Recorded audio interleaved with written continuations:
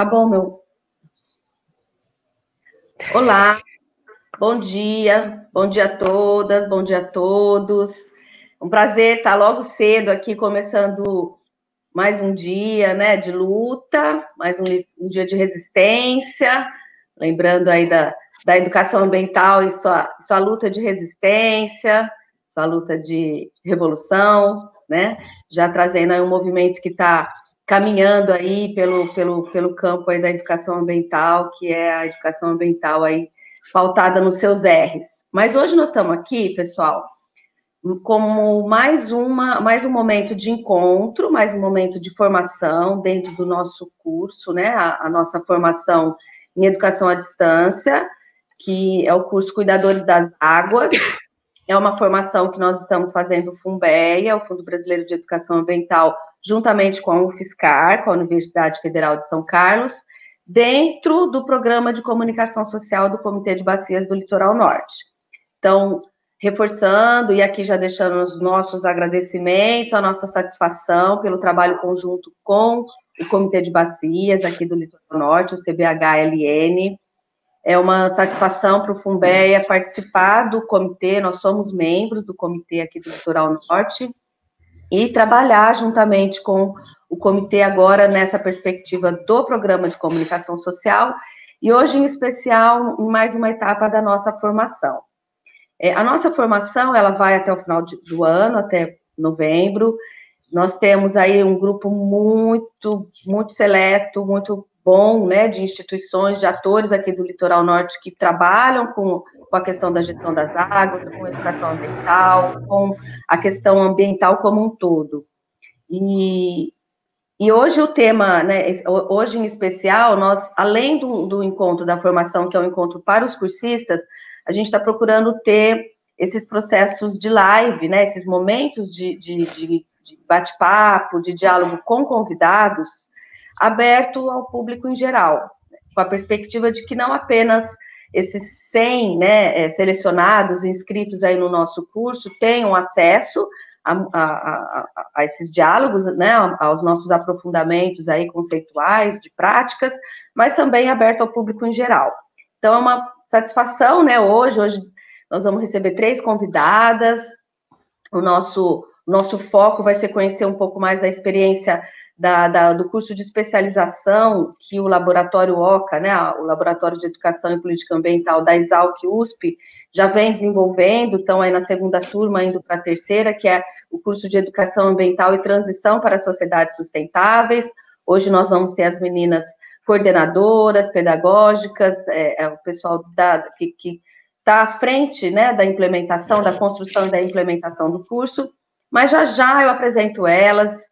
Antes, e a gente vai ter o bate-papo, né, com as meninas, antes eu quero trazer para vocês aqui um vídeo nosso do FUNBEA, do Fundo Brasileiro de Educação Ambiental, contando já um pouquinho aí do que a gente compreende como educação ambiental, já esquentando um pouco, né, dessa discussão nossa de hoje, que mais uma vez, em mais uma etapa, só para resgatar, na semana passada nós tivemos a participação do Marcos Sorrentino, né, uma referência também no campo da educação ambiental, que trabalhou com a gente uma perspectiva da educação ambiental, da ação local à transformação global, né, foi o nosso convidado da semana passada.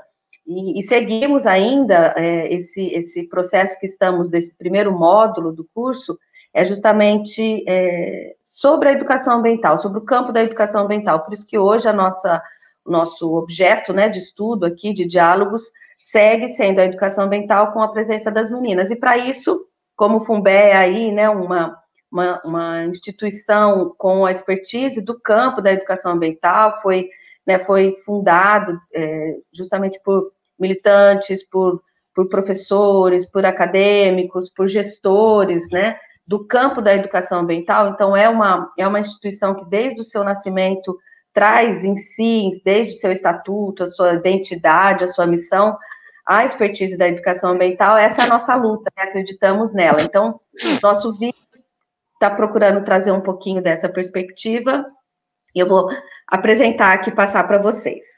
Vamos lá.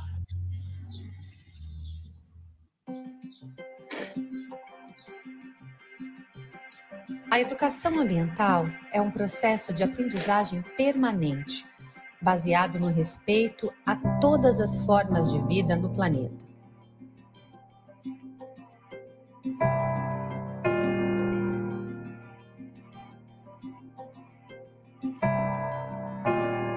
A educação ambiental é individual e coletiva. É uma das principais estratégias para o enfrentamento dos problemas socioambientais.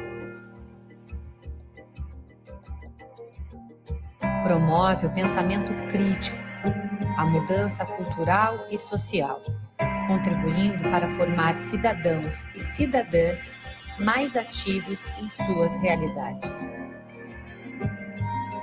O Fundo Brasileiro de Educação Ambiental é formado por pensadores, sonhadores, realizadores e realizadoras da área, referências em todo o Brasil. Trabalhamos pela educação que transforma através dos conhecimentos, diálogo e ação local. Nossa missão é fortalecer, mobilizar e engajar coletivos, instituições, ações, projetos, lideranças e pessoas em busca de sociedades mais justas e sustentáveis.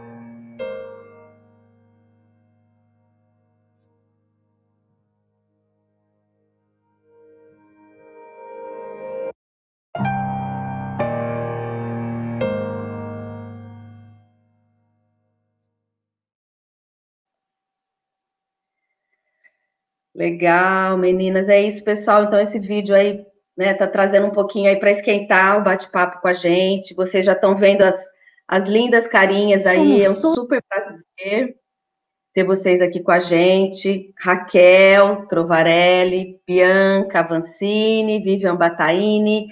É um orgulho, né, participar também desse trabalho e conhecer a importância do que a especialização, né, o curso que a gente está aqui para vocês contarem um pouco mais, mas eu quero só dar meu depoimento aqui. Eu acho que o campo da educação ambiental precisa muito, né, de trabalhos como o de vocês, que traz a formação como numa perspectiva mais densa mesmo, né? Um curso de especialização, são 2 anos de formação, é um processo que permite que muito do que nós defendemos na teoria e na prática se realize por meio de um processo formativo.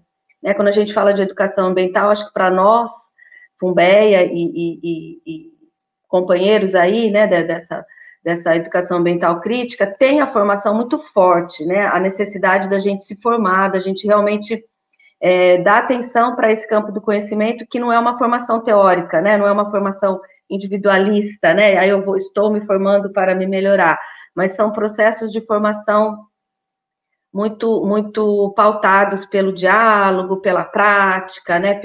Pela intervenção, pela troca. Acho que é um pouco do que vocês vão contar hoje. Mas só dizer, então, que a gente acompanha a luta, que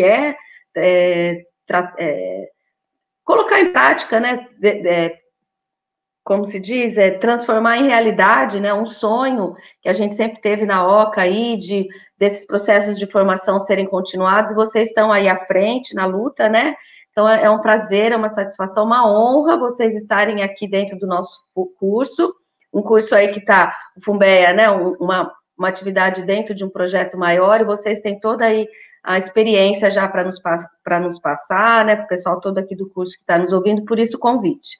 Então, agradeço muito, né, a disponibilidade de vocês. Eu vou pedir que antes que cada uma comece, né, eu vou chamar primeiro a Raquel, depois a Bianca, depois a Vivian, que vocês se apresentem, contem um pouquinho também aí da sua formação, né, do papel, mas já só apresentando a Raquel, que vai ser a primeira convidada nossa aqui, que a gente vai ouvir.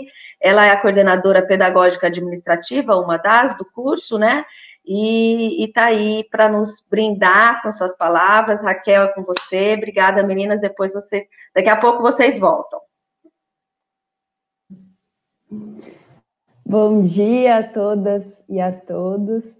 Cê, muito obrigada aí pelo convite, toda a equipe do Fumbeia, a Karina, a Leila, a própria Vivian. que fez essa articulação para que a gente pudesse participar aqui hoje desse momento.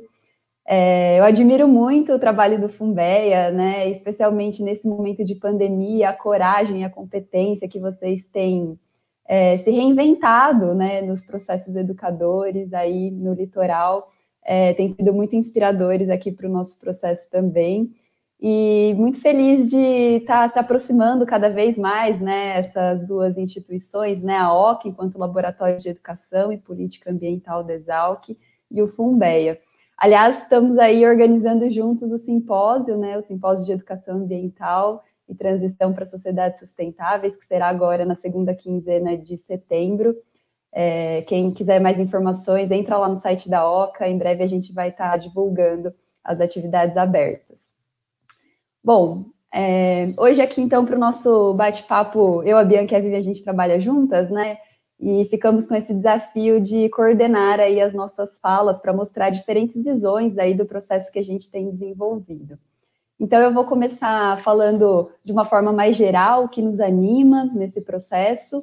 Depois a Bianca vai contar um pouquinho mais sobre o curso e a Vivian vai afunilar especificamente em torno do tema da intervenção socioambiental, que me parece que vocês, enquanto cuidadores das águas, também estão prevendo desenvolver intervenções ambientalistas aí nos territórios em que atuam. A OCA tem como missão a formação de educadores ambientais, de profissionais que atuem, então, na direção dessa transição para sociedades mais sustentáveis. E aí o nosso depoimento, enquanto curso de especialização, mostra alguns dos caminhos que a gente tem feito isso. Vocês estiveram com o Marcos aqui na aula inaugural, né, na semana passada, então talvez a gente consiga apontar algumas possibilidades, alguns caminhos que a gente tem utilizado na prática para colocar todas aquelas ideias no chão, né, nos territórios, promovendo essas transformações locais. Então, quando a gente fala em transição, sempre partimos de uma necessidade de mudança. Vocês estão vendo que eu estou de luvas, né? Aqui em Piracicaba está bastante frio. Mas, com certeza, hoje o nosso diálogo vai esquentar o coração. Mas, então, para pensar essa transição, exige esse calor, né? Exige essa inquietação, esse fervor interno para que a gente pense processos de transformação social. Envolve a gente querer chegar em algum lugar, a nossa utopia para a sociedade, os nossos sonhos, e parte também de uma indignação, de um questionamento do atual momento que a gente vive. Então, se a gente for parar para pensar quais são os maiores desafios sociais e ambientais do nosso tempo que vivemos hoje, certamente cada um de nós vai trazer temáticas, né, questões que mais lhe impactam. Alguns vão falar sobre água, outros vão falar mudanças climáticas, os refugiados do clima, erosão da biodiversidade, enfim, a lista é grande, a gente poderia ficar aqui muito tempo falando sobre isso.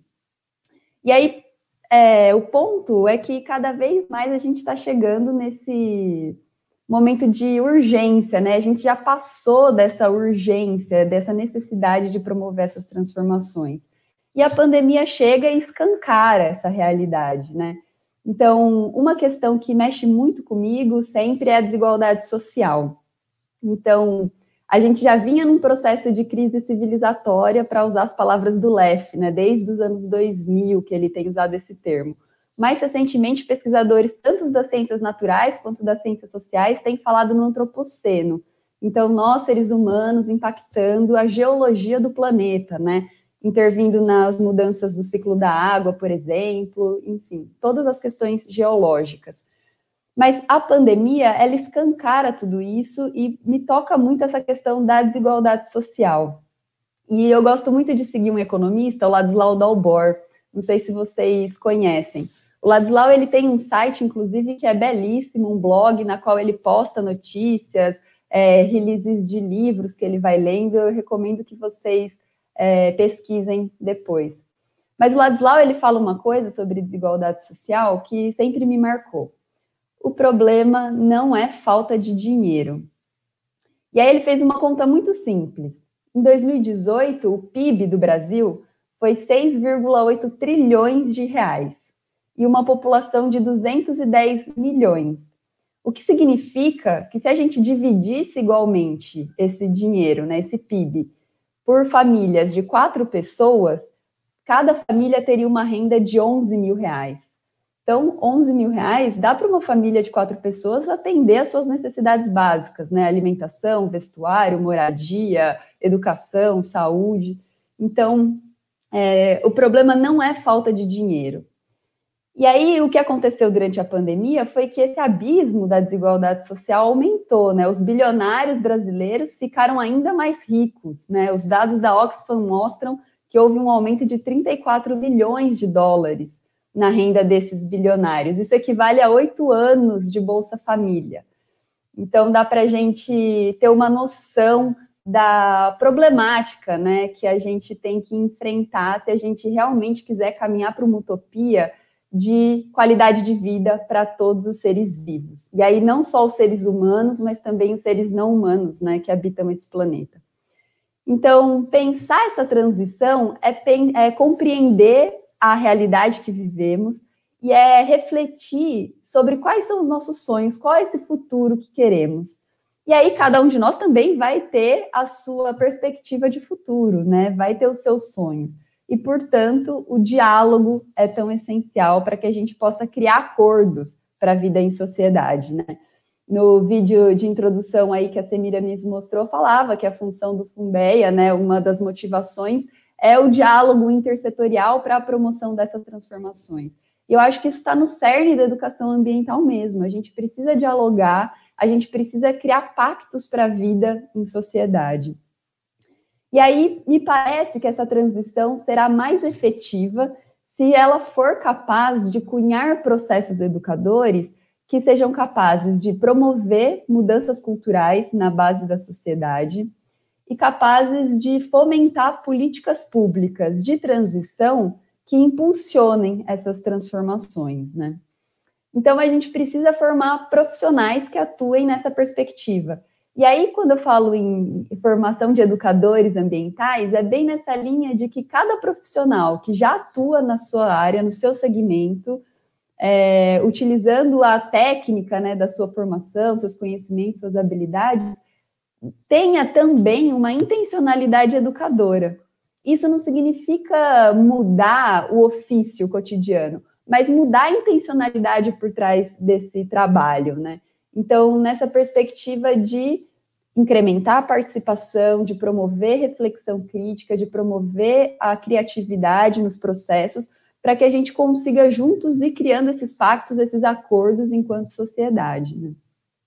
E aí, pensar em mudanças culturais envolve revisão de hábitos, de atitudes, mas não só separar lixo, por exemplo, né? Mudanças de hábitos cotidianas, mas também mudanças de hábito interna, dessa postura interna, como, por exemplo, essa abertura para o diálogo, né? Abertura para a escuta do outro.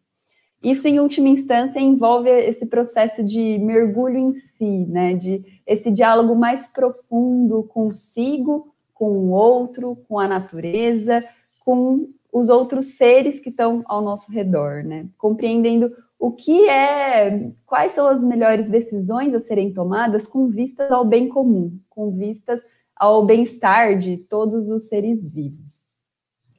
Já no âmbito das políticas públicas de transição, a gente tem trabalhado nessa perspectiva multicêntrica. Então, não é apenas o governo o fazedor de política pública. Todos os segmentos da sociedade, de forma articulada, produzem, né, incrementam as políticas públicas. E aí, a pesquisa que a Semiramis desenvolveu aí no doutorado é referência para a gente, né, cunhando o termo política do cotidiano. E aí, certamente, ela vai aprofundar isso em algum momento aí nessa formação.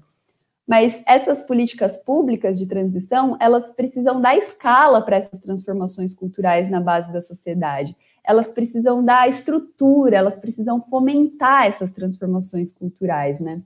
E aí eu não sei se vocês já tiveram a oportunidade de assistir o documentário Amanhã, um documentário francês, e um outro documentário chamado Revoluções Invisíveis. Para mim, esses dois documentários mostram exemplos muito concretos dessas transformações culturais na base da sociedade e também de incidência em políticas públicas nesse mote da transição para sociedades sustentáveis.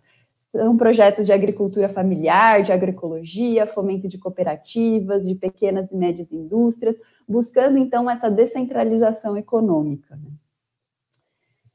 Bom, então, o educador ambiental, na nossa perspectiva, rumo à transição para sociedades sustentáveis, precisa ter essa compreensão desse pano de fundo. E aí, qual é a utopia, qual é a análise de conjuntura? É o grupo que vai fazer esse exercício, né? E que vai encorajar todas as pessoas que estão atuantes naquele território a participar desse processo, buscando um processo de formação de educadores que formam outros educadores, num tocante à arquitetura de capilaridade, né, como aparece no programa de formação de educadores e educadoras ambientais, o Profeia.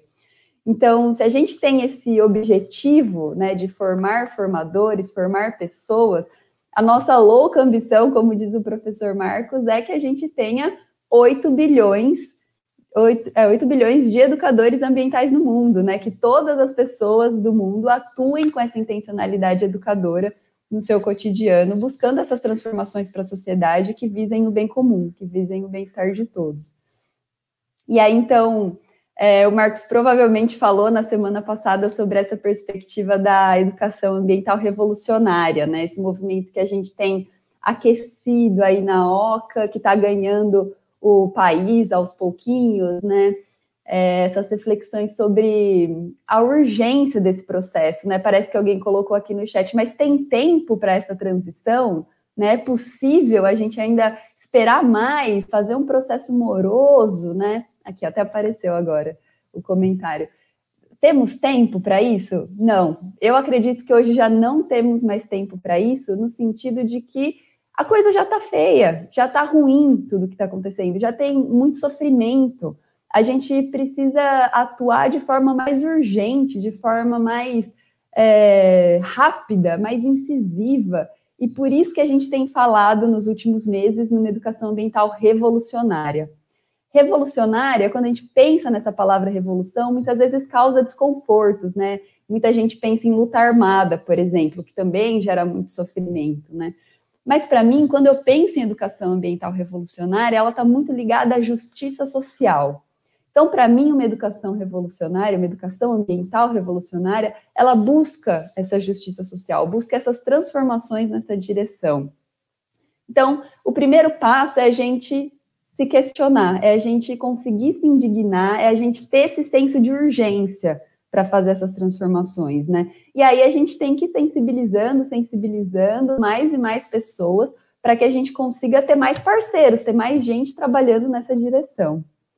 E o segundo passo é realizar processos formadores, né? Sejam eles em âmbitos formal ou informal, a gente precisa de processos educadores que atuem com o ser humano de forma integral, então valorizando os aspectos físicos, psicológicos, né, intelectuais e espirituais do ser. E aí vale destacar que a Organização Mundial da Saúde, né, o organismo ligado à ONU, traz o ser humano com essa dimensão espiritual desde a sua criação. Então é, no mínimo, uma questão de saúde a gente reconhecer essa dimensão espiritual do ser que temos e utilizar isso, né, dar vazão para essa dimensão nos nossos processos educadores. Então, processos educadores que valorizam o ser integralmente, que sejam populares, que sejam participativos, que promovam o diálogo, para que a gente possa criar comunidades, criar coletivos educadores, né, para usar a terminologia do Profeia, criar comunidades de aprendizagem que se retroalimentem, que se inspirem na proposição de intervenções locais, né, intervenções locais conectadas com as transformações globais. E assim promovendo micro-revoluções por meio dessas intervenções socioambientais, né, transformações territoriais, que visam tanto as mudanças culturais na base da sociedade, quanto essa construção de políticas públicas, né, que vão dar estrutura, vão dar escala, vão fomentar essas mudanças culturais.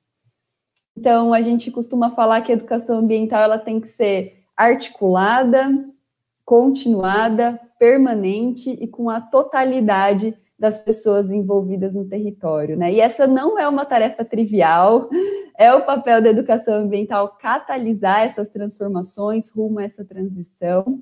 E acredito que a gente está descobrindo, né, pesquisando esses caminhos. Eu acho que todos os caminhos, nas múltiplas direções, precisam ser trilhados, e cada um, de acordo com suas habilidades, suas competências, seus interesses, vai contribuir nesse grande movimento de transição.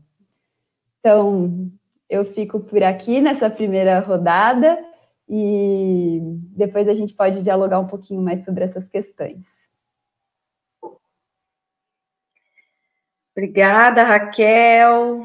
Fantástico, né? Acho que em tão pouco tempo você conseguiu fazer um passeio por todo o nosso desafio, né? Coisa leve, pequena, muito bem pontuado. Parabéns pela fala, antes de mais nada.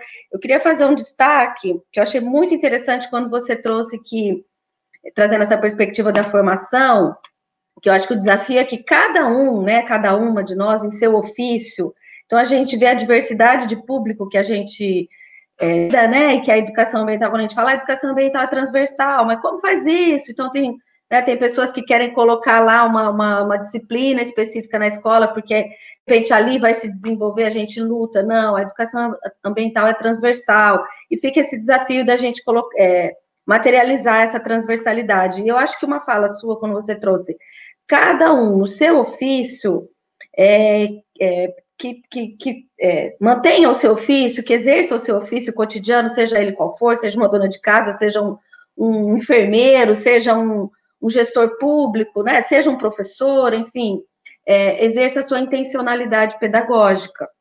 Eu acho que quando a gente fala de educação ambiental, o papel da educação ambiental, eu vi algum comentário aqui dizendo da necessidade da educação ambiental cada vez mais estar presente no nosso cotidiano, ela tem muito essa relação com a intencionalidade pedagógica, e aí também fizeram menção aqui a Paulo Freire, porque a gente não está aqui, né, defendendo que nós temos essa receita, ou que temos que fazer isso ou aquilo, né, acho que foi muito perceptível na fala da Raquel, quer dizer, a gente trazer essas angústias, a gente se indignar, e a gente ter uma análise de conjuntura da realidade, vai provocar, vai nos impulsionar para uma iniciativa. E essa perspectiva é uma intenção pedagógica. Então, como que a gente traz para dentro de um conselho de meio ambiente que está ali lidando com questões objetivas do município, definindo normas para o município, uma intencionalidade pedagógica. A intencionalidade pedagógica vem junto com o diálogo, vem junto com esse revisitar interno, né? Vem junto com essa articulação multissetorial. Então, quando a gente compreende que a educação ambiental está no seu cerne, essa intencionalidade pedagógica que você muito bem trouxe, eu acho que vai nos dando pistas de como que a gente exerce, né? Como que a gente exerce no nosso cotidiano, como a gente coloca em prática a nossa política do cotidiano aí, nesses espaços todos de convivência, né? Que ela está muito relacionada a esses espaços. Então, só queria ressaltar isso, que eu achei muito bacana, fora todo o resto, muito bom, Raquel. Vamos ter tempo para você voltar, né? E precisamos seguir muito nessa prosa aí. Obrigada. Eu vou chamar a Bianca, então. Bianca, é com você agora, viu? Vamos lá. Olá, pessoal, bom dia. Então, meu nome é Bianca. Eu sou secretária executiva do curso de especialização, integrante da OCA aí desde do início da minha graduação. Me formei faz pouco tempo, ano passado, e estou trabalhando no curso desde 2017. E queria agradecer a Semita, a Misofumbeia, também é muito especial para mim ter essa oportunidade de estar aqui, falando do que eu vivo no dia a dia, né? E eu escutei vocês falarem de que a gente não existe uma fórmula, né? E eu penso muito sobre isso, que o curso que a gente faz, o curso de especialização, ele não tem uma fórmula para ser seguida, né? A gente não vem falar aqui que algo para vocês repetirem exatamente do jeito que a gente faz, porque a gente está aprendendo também. Mesmo estando na segunda edição e indo para a terceira, acho que a pandemia mostrou que a gente tem muita coisa ainda para aprender sobre processos formativos, até mesmo à distância. Então, Primeiro, em 2016, houve uma conversa dos pesquisadores da OCA sobre como colocar em prática tudo isso que a Raquel trouxe na fala dela, como que a gente age diante dessa urgência, e decidiu-se criar um curso de especialização em educação ambiental e transição para sociedades sustentáveis, mas tendo por trás uma experiência muito positiva já do laboratório, que foi em 2001, então já existia uma turma formada em 2001 com esse curso de educação ambiental com foco em formação de formadores. E aí, a partir de 2016, a gente começou a dialogar sobre atualizar o curso e trazer mais questões a serem conversadas entre todos. Então, criamos um curso onde a base é fomentar e apoiar a construção de conhecimentos teóricos e práticos em educação ambiental, trazendo conceitos de diálogo, análise de conjuntura, potência de ação, participação, pesquisa e intervenção, com um olhar para ciências políticas, sociais e econômicas.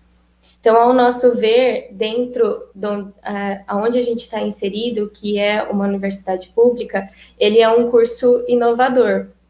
E tão inovador quanto na metodologia pedagógica, quanto na maneira de trabalhar dentro da equipe. Eu digo isso assim, um relato pessoal meu. Então, ele é coletivo, participativo e extremamente formador. E eu acho que eu digo extremamente, meio que extrapolando, porque ele é formador não só para os estudantes, né, para o nosso público-alvo, mas ele é formador para a equipe, porque eu comecei a participar, eu ainda estava na graduação, e as oportunidades formativas dentro da equipe são inúmeras. Então, nessa edição, por exemplo, foi criado o programa de tutoria. Então, dentro do nosso curso, nós temos várias tutoras que acompanham os estudantes dentro do seu processo de forma individualizada, dando apoio no aprofundamento teórico, prático. Então, é um acompanhamento bem próximo. E é uma oportunidade incrível de formação. E eu tive a oportunidade de ser tutora nessa edição, e foi, assim, essencial. Eu acho que a minha forma de trabalhar mudou muito, então eu agradeço muito a equipe por isso também. Além disso, a inovação, ela aparece em muitos detalhes. Primeiro, que a gente não trabalha com disciplinas fechadas, a gente trabalha com os eixos transversais. E qual é a diferença? A diferença é que as disciplinas, elas são partes do conhecimento, são segmentadas para serem especificadas. E os eixos transversais, eles são áreas importantes que permeiam todo o processo educador de forma articulada e contextualizada. Então, o nosso curso ele é formado por encontros mensais, e dentro desses encontros a gente tenta trazer todos esses eixos transversais. Esses eixos são utopia, conjuntura, espiritualidade, educação ambiental, intervenção e conhecimento científico, políticas públicas de transição para sociedades sustentáveis.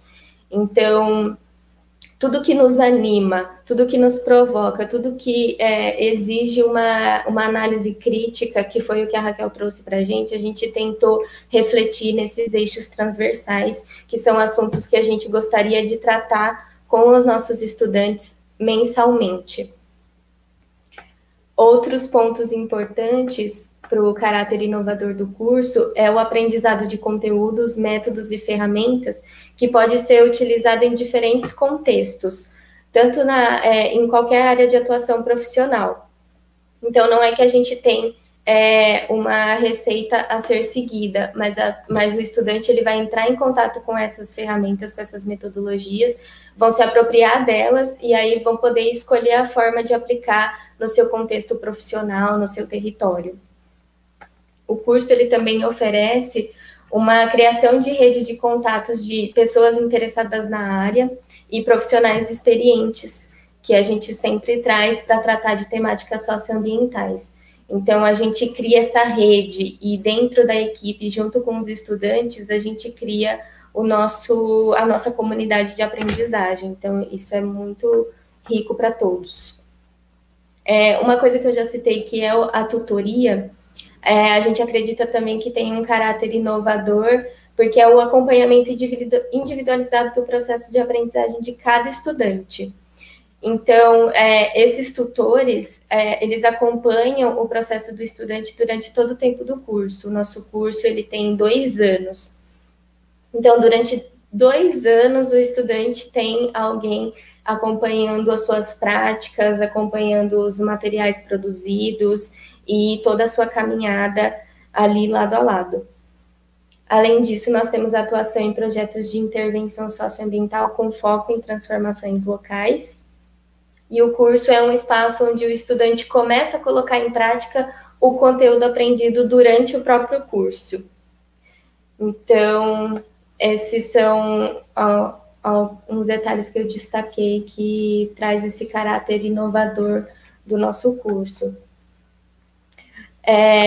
Nós criamos também o Conselho de Gestão Democrática, que não basta dizer, né, que o curso ele é participativo, ele tem que ter instâncias onde isso realmente acontece, onde os estudantes podem se apropriar de todos os setores do curso. Então, a gente criou o Conselho de Gestão Democrática, que é um espaço onde os estudantes, junto com os professores, junto com os coordenadores, junto com alguns parceiros, podem participar e decidir sobre os aspectos pedagógicos e administrativos do curso. Então, a gente fala de participação, fala de ser dialógico. Então, o CGD ele é uma tentativa de colocar isso em prática mesmo.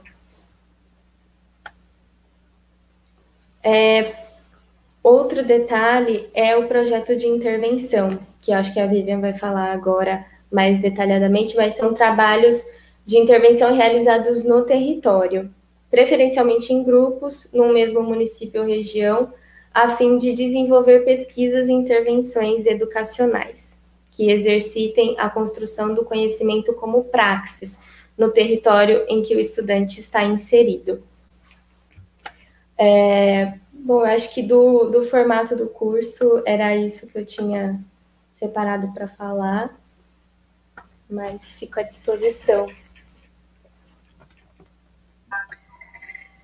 Que bom, Bianca, muito bom também compreender um panorama geral dessa experiência fantástica aí, né, da especialização, reforçando mesmo a importância desse trabalho de vocês. Eu vou ressaltar uma questão que eu acho que também conecta muito com o desafio da educação ambiental que você trouxe, que é significativo aí para o curso, que é a questão da praxis, né? A gente vê muito também quando você vai para a lida, né, vamos dizer assim, da educação ambiental, tem pessoas que falam, mas a gente já tem que intervir, a gente tem que fazer algo, né? Aquela ação é importante, aquela ação precisa ser feita, a gente é muito favorável a isso, mas sempre cuidando que ela esteja alinhada a um processo maior. Esse processo maior, quando a gente fala praxis, né, é esse processo de reflexão, de estudo, de conhecimento e de intervenção. Eu acho que o curso mostra muito isso quando ele fala a gente não trabalha com disciplinas, a gente trabalha com eixos transversais, as intervenções, a prática, a praxis está presente em todo ele. Então, assim, a gente reconhece também no campo da educação ambiental que não há um momento em que você está pronto.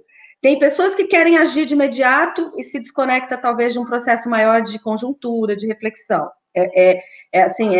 Onde a gente questiona um pouco porque a ação fica uma ação pontual que não vai dar uma escala no que a gente pretende, né, nessa transformação mesmo.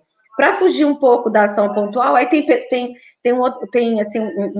um campo que entende que primeiro a gente tem que estudar, se formar, para depois a gente intervir. Não, esse processo de intervenção, ele é educador, né? A praxis precisa estar presente, é nele que a gente também se forma, que a gente já atua. Então, eu vejo vocês colocando muito isso em prática na formação, e é um grande desafio, né? Você dar conta de que o processo seja contínuo mesmo. Então, o exercício dessa praxis já seja o processo de formação, esteja alinhado com todas essas perspectivas que você trouxe, né? Eu acho que os eixos transversais, o programa de tutoria, então a necessidade que a gente tem mesmo de ser cuidado, então uma formação não é qualquer coisa, quando a gente chama de uma intenção pedagógica também, não é qualquer ação que já é pedagógica, acho que isso é muito importante a gente, como educadores, reforçar, exige sim um planejamento, exige sim um processo de avaliação, exige sim um processo de monitoramento, então a gente tem também princípios que são caros, né, quando a gente fala da perspectiva pedagógica, né, do trabalho da educação ambiental. E esse comitê que você trouxe, o exercício mesmo da prática, né, interna do curso, de estruturar um processo democrático de tomada de decisão, que aqui a gente está dentro de um colegiado, buscando fortalecer um colegiado que, em última instância, queremos que seja isso, um espaço colegiado democrático, né, de tomada de decisão. Isso a gente pode fazer dentro dos nossos pequenos grupos e fazer num colegiado maior de gestão das águas, como a gente está aqui no comitê. Então, é isso que a gente busca, né, exemplificar e trazer que a nossa prática, ela precisa estar no nosso cotidiano e precisa sair para novas experiências. Então, quando a gente está dentro de um comitê de bacias, a gente sempre lembrando que a importância que ele tem, né? Nós temos uma política nacional de recursos hídricos, toda pautada e estruturada em colegiados em todo o Brasil. Nós estamos aqui em um comitê dentro das bacias aqui do litoral norte, da bacia do litoral norte, como ele é fundamental para a gestão das águas, e aí a água, a gente sabe a importância dela, então a gente volta a dar materialidade, tá? Para a gente exercitar muito do que a especialização está apresentando aqui, que é trabalhado, vamos lá para o comitê, vamos fortalecer o comitê, lá está a nossa prática também, que a gente pode exercitar tudo isso que a gente se forma, né? Que a gente busca aí, que a especialização está dando aqui o exemplo. Então, agora eu vou chamar a Vivian. Vivian, espero que seu áudio, todo o seu computador esteja conectado, parece que estava aí com algum probleminha técnico, mas que bom ver essa paisagem maravilhosa que você está aí, já tomando um solzinho. Eu acho que é por aí, a natureza está presente na nossa vida, precisa ser curtida, né, cuidada. Então, agora é com você, Vivian, maior satisfação estar aqui, quero reforçar que a Vivian é nossa companheira antiga também, além da especialização aí, que ela está na coordenação pedagógica e administrativa, ela também integra conosco o FUNBEA, também é uma integrante nossa do Fundo Brasileiro de Educação Ambiental, sempre nessa perspectiva pedagógica, né, dessa experiência fantástica que a gente está procurando transversalizar nas iniciativas da educação ambiental aí para a gente ganhar força, né? Então, Vivian, é com você, prazerzão, queremos te ouvir. Muito obrigada pelo convite. Para mim é muito gostoso estar aqui com vocês nessa live que é aberta, então várias pessoas também, mas também as pessoas que estão fazendo esse curso do FUNBEA junto com o comitê, e essa oportunidade de trazer a especialização para dialogar com vocês, né? E aí eu acho que fazer um agradecimento também, a primeira aula de vocês foi com o Marcos, né, e reforçar que o Marcos, então, ele é o supervisor do curso, né, ele é o coordenador do Laboratório de Educação em Política Ambiental. A gente tem toda uma equipe de professores USP que coordenam o curso, né, agradecer ao Demóstenes por estar junto com a gente, vários professores USP, e a gente também tem uma equipe pedagógica que faz com que esse curso seja possível de ser realizado, né? Então, agradecer aí a essas pessoas que estão junto com a gente. Quando a gente pensou, né, o que a gente quer dizer, o que a gente quer trazer nessa live de 1 hora, né, numa perspectiva de um curso que tem uma duração de 2 anos, e que já fizeram algumas perguntas aí, né, então, assim, a previsão é que tenha uma 3ª edição em fevereiro do ano que vem, com algumas adaptações por conta da gente não saber como que o mundo estará o ano que vem, e o que a gente vai poder fazer com segurança, né, mas vai acontecer uma 3ª edição, e a ideia é que agora, em setembro, que a gente vai realizar o simpósio de educação ambiental e transição para sociedades sustentáveis, a gente divulgue essa terceira edição. Então, se vocês quiserem mais informações, entrem no nosso site, vocês vão conhecer mais detalhes do curso. E aí, quando a gente pensa nessa divisão, eu, a Bianca e a Raquel ficou com esse desejo mesmo de trazer o todo, a Bianca trazer um testemunho do nosso curso, e eu aprofundar um pouco nessa perspectiva do projeto de intervenção. Então, como a Raquel já falou, e a Bianca, o projeto de intervenção, ele é o exercício da praxis. Então, ele é o fio condutor do nosso curso. Então, assim como a Bianca falou que a gente tem eixos orientadores, que não são disciplinas, o que orienta todo o nosso curso é o projeto de intervenção. Então, todas as aulas, elas estão associadas ao momento que a gente está de realização do projeto de intervenção. Então, é uma perspectiva de que esse projeto de intervenção, ele tem que estar conectado com os sonhos, as utopias das pessoas. Então, a gente não fomenta que ele tem que ser um projeto que ele seja significativo. E aí, para ele ser significativo, na nossa perspectiva, ele passa por a gente se conectar com o que queremos, o que estamos fazendo aqui, né? E como que a gente gostaria que o mundo fosse, né? O nosso entorno fosse. E aí, quando a gente começa a pensar, a Kel até falou que já, tipo, né, a gente está aí na era do antropoceno, será que a gente já perdeu, né, o fio da meada? A gente já devia estar fazendo muitas coisas, mas ao mesmo tempo a gente fala, mas o que a gente vai fazer, né? Como que a gente atua? E aí a gente traz essa perspectiva do projeto de intervenção como uma perspectiva concreta e uma perspectiva que ela não é individual, ela é coletiva. Então, a gente fomenta as pessoas a pensarem nessas perspectivas das utopias, do que elas querem, do que elas sonham. A partir daí, se faz uma análise de conjuntura para pensar, mas qual é a problemática com a qual eu quero dialogar? E aí, dentro dessa problemática, a gente faz uma análise de conjuntura para entender quais são as forças presentes, qual é a minha força, qual é onde eu invisto a minha energia para ser assertivo e estar caminhando numa perspectiva de contribuir para a resolução da problemática que me incomoda, que tem me mobilizado. E aí, nesse sentido, então, os estudantes, eles criam um grupo, né? E aí, a partir desse grupo, o exercício fica mais desafiador, porque é uma utopia coletiva, né? É uma problemática coletiva. Então, o meu sonho tem que estar conectado com um dos meus colegas, e a gente tem que, juntos, entender qual né? Fazer um pacto coletivo dentro desse grupo do que realmente importa, e da problemática também. Para aí a gente pensar, então, qual é a ação que eu faço para caminhar nessa direção. E aí, esses projetos de intervenção, eles são sempre associados à perspectiva de formar formadores, porque é um curso que visa formar formadores.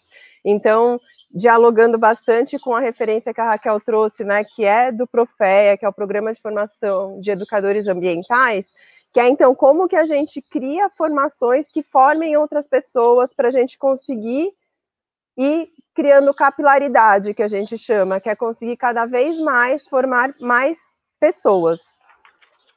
E o que a gente tem percebido é que essa construção desse projeto de intervenção, e essa intervenção é muito significativa na perspectiva pedagógica, na perspectiva de fazer esse exercício de forma coletiva e ter uma comunidade de aprendizagem que apoia essas reflexões do que acontece nesses projetos, né?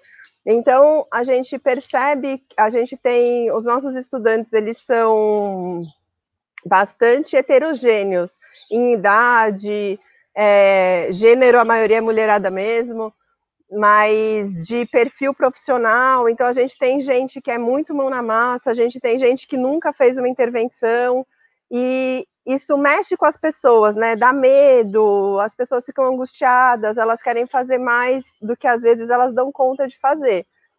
E aí o que a gente percebe, a gente trabalha com uma outra perspectiva que chama MIP, que é a mínima intervenção possível ou a máxima intervenção possível. Isso, na verdade, é uma estratégia que o Marcos Sorrentino vem usando há muito tempo nas disciplinas de graduação dele, enquanto uma estratégia pedagógica. E aí é o mínimo que você pode fazer para influenciar nessa problemática, mas é o máximo que você consegue na perspectiva de recursos humanos, de recursos financeiros, de recursos e o tempo que você tem.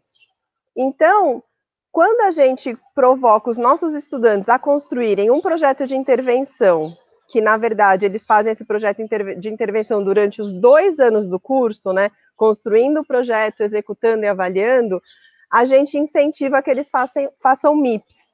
E aí essas MIPs, então, são pequenas intervenções com um grande potencial, porque o que a gente percebeu é que na hora que as pessoas, de fato, conseguem se mobilizar para fazer uma pequena intervenção, que elas estão mobilizadas, que estão conectadas com a utopia delas, que estão conectadas com a problemática de interesse, isso muda e potencializa as pessoas para se fortalecerem para fazer algo maior. Então, a gente acredita muito, né, e a gente tem visto esse potencial dos projetos de intervenção. Nessa primeira edição, a gente tem grupo, pessoas que acabam trabalhando sozinhas e constituem um grupo no seu próprio território. A gente tem pessoas que conseguem formar um grupo dentro da especialização mesmo, e a gente tem pessoas que acabam atuando em rede, que significa o quê? Eles têm uma temática de interesse, mas eles intervêm em diferentes territórios. E essa perspectiva do projeto de intervenção, ele está baseado numa pedagogia da alternância, que então a gente tem os nossos momentos de estudos coletivos, todos os estudantes juntos, e esses momentos do tempo comunidade, que é os estudantes estarem intervindo na sua própria realidade. E é isso que a gente tem visto como um grande potencial de formação, né? As pessoas poderem estar juntas e terem com quem falar. Porque, às vezes, o nosso desejo, né, que é que as pessoas se coloquem enquanto educadores em todos os lugares de atuação delas, a gente sabe que isso perpassa por alguns dilemas, né, alguns desafios. E a gente percebe essa importância dessa comunidade de aprendizagem, que ela pode ser forjada em diferentes espaços. Mas no caso do curso, as pessoas voltam e têm esse espaço como um espaço de acolhimento, como um espaço de reflexão coletiva. E esses espaços são muito importantes para a gente, de fato, exercitar o diálogo, exercitar a participação. E a gente gostaria mesmo que as pessoas conseguissem criar esses espaços em todos os lugares de atuação delas, porque eles são muito importantes para que a gente consiga se fortalecer para atuar nessa transição. Então, a transição, ela exige de nós coragem, ela exige de nós esse movimento, né? Então, o que nos mobiliza e como que juntos a gente consegue atuar nessa realidade. Então, no começo a gente viu o vídeo do Fumbeia, né? E essa relação do individual e do coletivo, né? Então, a Raquel falou do mergulho em si. Então, a gente tem que exercitar consigo mesmo, mas também entender que essa ação ela é coletiva, né? A gente não vai fazer as coisas sozinho, né? Nesse momento de pandemia, a gente está vendo aí esse desafio do que é a militância, do que é a atuação, do que a gente pode fazer mantendo a nossa segurança e a segurança da nossa sociedade, né? Ficar em casa é algo muito privilegiado para quem pode ficar em casa, né? E, ao mesmo tempo, como que esse ficar em casa se torna algo que a gente consiga contribuir para a construção de um novo mundo, para que, de fato, esse momento ruim que a gente está vivendo traga aprendizados para a nossa vida e para a nossa sociedade. Então, a gente enquanto ambientalista, a gente tem trazido faz muito tempo a questão das mudanças climáticas, né? E isso parecia uma coisa longe, que as pessoas não conseguiam ver isso no seu cotidiano. E essa pandemia, ela traz isso de uma forma muito clara.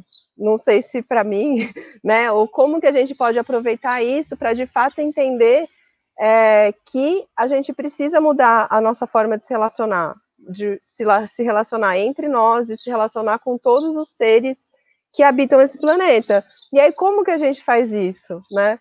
E a gente pode fazer isso de diversas formas. E quando a gente atua numa perspectiva de formar formadores, a gente acredita que isso tem um potencial quando isso está conectado com um sentimento genuíno, né? Um sentimento genuíno de mudança, um desejo real de que aquilo aconteça, de que aquilo seja possível, né? Então, assim, quando a gente fala da temática ambiental, a gente tem muitas portas de entrada, né? E a gente, no momento que a gente está, a gente pode escolher essas portas. Então, o que a gente faz na especialização hoje o Marco sempre traz a frase lá que gente é para brilhar, e aí eu vou trazer também, que é exatamente isso, né? O que o Paulo Freire traz também de como das pessoas serem mais. Então, como que a gente faz um processo educador que a gente fomenta que as pessoas sejam mais, que cada um descubra o seu potencial e entenda que a gente está conectado, né? O mundo está conectado e as nossas ações, elas influenciam o mundo. E a gente precisa de pessoas reverberando uma outra energia, reverberando uma outra perspectiva de solidariedade, de amor, de justiça social, de justiça socioambiental, né? Porque tá ruim, né? E essa pandemia tem mostrado que pode ficar bem pior. Então, cada um tem um papel muito importante e a gente precisa conseguir. A gente fez uma live que esqueci o moço lá, não sei se vocês lembram, Bianca ou Raquel, que ele falou que esse momento, a alegria, né, ficar alegre é revolucionário, porque de fato acompanhar as notícias e tentar influenciar não tá fácil, mas a gente precisa ter essa força que nem muitas... Tá fechado seu microfone, que nem muitas pessoas tiveram, e hoje a gente está aqui. Esse é o nosso momento de também fazer essa diferença e conseguir construir uma outra perspectiva de futuro. Acho que era isso. Vocês já estão todas aqui. Odiei ficar me vendo falando sozinha. Vivian, super importante sua fala, inspiradora demais. Acho que trouxe a realidade também, né? Um olhar aí sobre um olhar realista sobre o que a gente está vivendo, né? Mas reforçando aí esse trabalho nosso de valorizar cada um aí, né? Muito lindo mesmo essa lembrança. Eu acho que o Marcos falou até na live dele, né? Ainda resgatando, né? Que a gente teve na abertura da nossa aula magna, nossa primeira aula e o início do curso da semana passada, a gente teve uma programação cultural, uma apresentação musical, então ele trouxe também, até resgatando um pouco do que a música nos trouxe também, né? Esse cuidado, essa mudança também, e essa perspectiva do gente é para brilhar. Nosso tempo está bem no limite, meninas. Já vocês vão dar só, né? Infelizmente, aí nós vamos ter que encerrar as palavras finais. Eu quero só aproveitar um pouquinho do que a Vivian falou, né? Como eu fiz com as demais, eu acho importante. A Vivian trouxe a questão das IPs, né, dessa mínima ou máxima intervenção possível, e os comentários também foram muito, aqui alguns comentários reforçaram que bacana que a gente fortaleça e valorize, né, desde as pequenas intervenções, como elas potencializam a iniciativa de outras, como elas são também significativas e importantes, e eu quero reforçar que a gente tem, sim, esse desafio no nosso curso, né, ele é um curso menor aí, então em todos os sentidos, né? Por isso que a gente chama de MIP, mínima ou máxima, e é isso que é bacana, visualizar o que o grupo é possível fazer, mas não é o tamanho dela, né? Mas acho que todos os outros princípios que vocês trouxeram aqui, falaram da especialização, que importam, né? Essa perspectiva de começar sonhando, de fazer sentido, né? Essa intervenção para cada um, de conseguir, né, o diálogo para que exista um pacto coletivo para essa intervenção também. Então, são alguns princípios aí muito importantes que bom que vocês trouxeram, e estou reforçando porque serão desafios para a gente no nosso curso aí, Cuidadores das Águas. Porque quando a gente fala Cuidadores das Águas, foi muito, eu acho que assertivo trazer vocês, convidá-las e ouvi-las aqui, porque vocês trouxeram muito essa perspectiva do que, de como, né, que é o exercício dessa praxis, né? Cuidadores das Águas, o que é esse exercício individual? Não é individual, mas que é individual e coletivo, né? Acho que foi muito reforçada essa perspectiva, esse caminho das MIPs, e uma coisa que eu queria reforçar, que são as comunidades de aprendizagem. Eu acho que quando a gente está tratando de Cuidadores das Águas, e ainda se você, né, a gente vai divulgar cada vez mais, mas assim, estamos começando esse processo. São 100 pessoas, 100 atores sociais que estão com a gente, e assim, de experiências fantásticas, que já são, né, militantes aí do campo socioambiental, nitidamente, né, cada um pela sua porta de entrada, como disse a Vivian, mas como que a gente angaria novas forças, né? Então, quando a gente fala formação de formadores, né, essa constituição de comunidades de aprendizagem, elas precisam ser muitas, elas precisam ser mais, né? Se a gente está nessa crise, não é à toa. Então, muitos de nós já, como até também o Marcos diz, já ouviu o passarinho cantar e já está aqui, né? Nós estamos aqui buscando nos fortalecer, melhorar, mas tem muita gente ainda para ser convidada para estar junto. Então, essas comunidades de aprendizagem, essa formação de formadores, é um desafio que está posto quando a gente fala quando a gente chama, nos coloca, né, o desafio de sermos cuidadores das águas. Então, reforçar para a gente conhecer um pouco mais o que são essas comunidades de aprendizagem, como que a gente, né, as constitui, que a gente pode ter vários nomes, pode ser desde os círculos de cultura do Paulo Freire, né? São processos fundamentais de intenção mesmo, né, de juntos, né, de se criar uma comunidade que aprende junto, que pensa junto, que reflete e que age junto, né. E o Profeia, só para fechar, o Programa de Formação de Educadores Ambientais, é um documento técnico, é uma referência que a gente vai também estudar na nossa formação dentro dos Cuidadores das Águas, e que segue sendo um referencial para nós, as meninas o têm aí também dentro da especialização, e a gente vai trabalhar com ele. Então, queria só fazer esse reforço na fala sua, Vivian. Oi. E aí, só uma coisa que perguntaram ali, é que, de fato, assim, a especialização, ela cria essa comunidade de aprendizagem e ela aproxima as pessoas. E aí as pessoas que fazem parte do curso, elas de alguma forma estão conectadas. Então, o que a gente visualiza é que isso não significa que as pessoas são amigas, vão tomar café todos os dias, uma na casa das outras, algumas sim, né? Mas não todos. Mas as pessoas sabem que podem contar com as outras quando as atuações se cruzam, sabe? Então, eu não sei, eu só vou dar o exemplo da Mari, que a Mari está aqui do lado. Então, a Mari é uma estudante nossa, produtora cultural, então ela sabe, se ela precisar trabalhar com o comitê de bacias, ela sabe que o outro estudante está lá e ela pode contatar ele, né? Então, assim, cria-se uma comunidade e pessoas que se apoiam e se ajudam nos projetos individuais que cada um segue na sua vida, né? Que não que necessariamente eles estejam construindo projetos coletivos juntos após a formação, né? Porque isso perpassa por cada um estar num território diferente e não ser uma afinidade já anterior ao curso, né? Não são instituições que a gente formou, né? A gente formou, de fato, pessoas. Então, essa busca do Funbeia nesse curso, por exemplo, de formar coletivos, de formar instituições, dá um passo nessa direção, dessa possibilidade de continuidade e do potencial da intervenção realizada, porque a intervenção, ela tem uma perspectiva de ser mais contínua quando existe uma estrutura para mantê-la.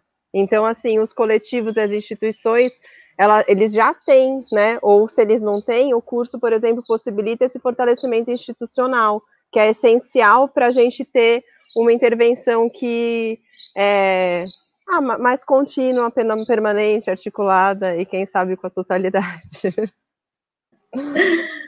Muito bem, Vi.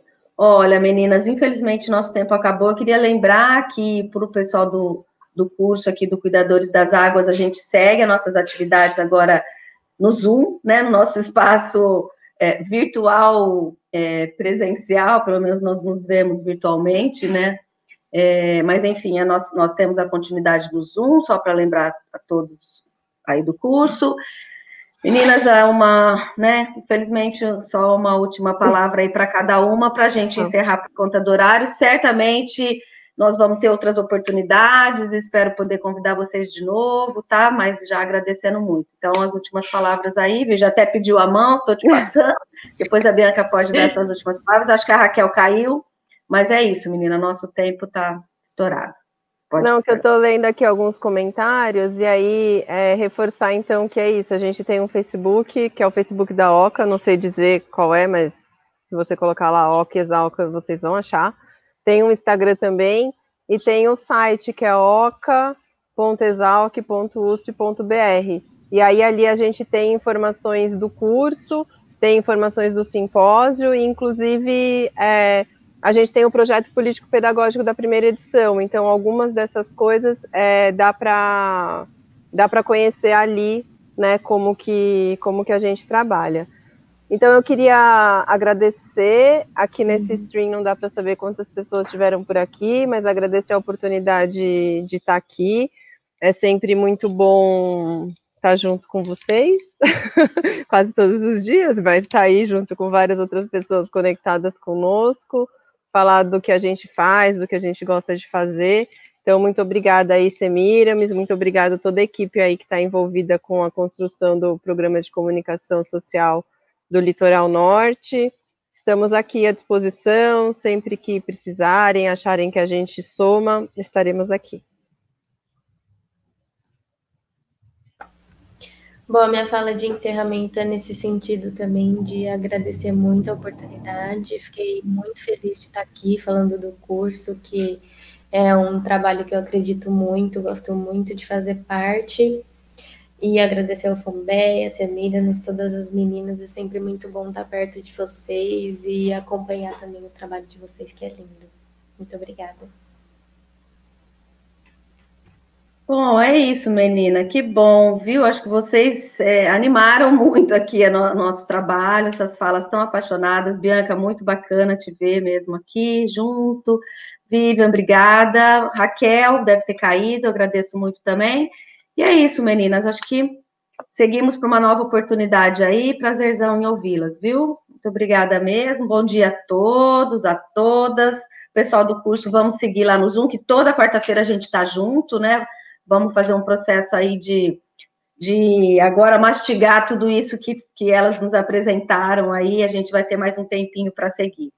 Obrigada, pessoal, um abraço, até mais.